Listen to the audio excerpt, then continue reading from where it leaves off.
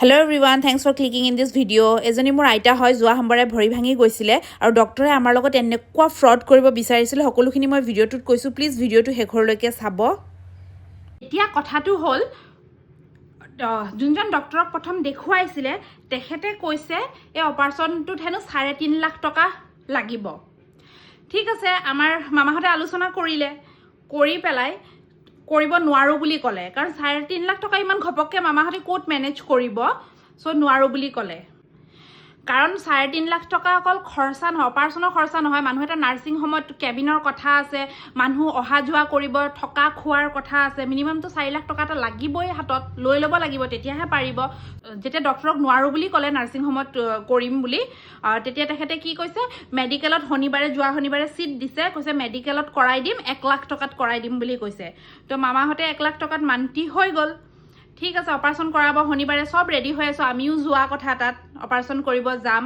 1 লাখ টকাত মেডিকেলত সব ঠিকঠাক হৈ গৈছে গৈ ইতিমধ্যে কি হ'ল মোৰ ভন্টি মাহিৰ ছোৱালীজনী নাৰ্ছ হয় ডিব্ৰুগড়ত নাৰ্ছ কিন্তু তাই এখন প্ৰাইভেট নাৰ্ছিং হোমৰ তাই ইফালে সিফালে খবৰ খোজ কৰিছে খবৰ খোজ কৰি বেলেগ এখন নাৰ্ছিং হোমত এজন ডক্টৰক দেখুৱাইছে অৰ্থপেডিকত তেখেতে কৈছে তেখেতে হেনো এই অপাৰেশ্যনটো 65000ত কৰি দিব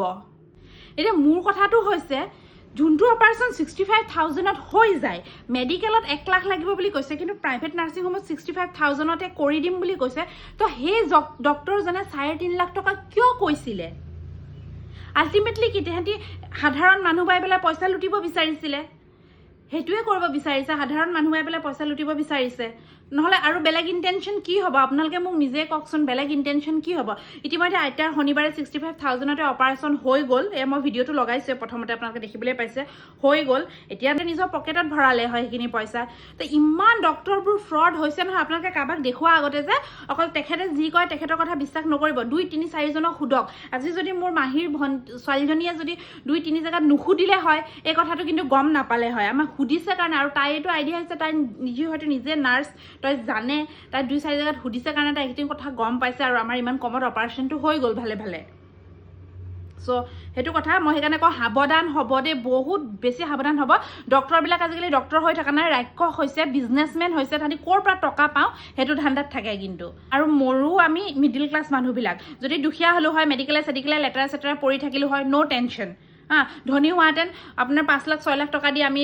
মেডিকেলৰ খৰচা উঠাব পাৰিলো হয় নাৰ্ছিং হোমৰ খৰচা উঠাব পাৰিলো হয় 5 লাখ 6 লাখ টকা দি তেতিয়াও টেনশ্যন নাছিল আমি মিডিল ক্লাছ মানুহবোৰ সাডেনলি কিবা এটা হৈ যায় আমি একো কৰিবও নোৱাৰো মৰো আমি বিলাকে মানে আটাইতকৈ পৃথিৱীত মিডিল ক্লাছ মানুহে জীয়াই থকাটোৱে নৰক বুলি কৈছো মানে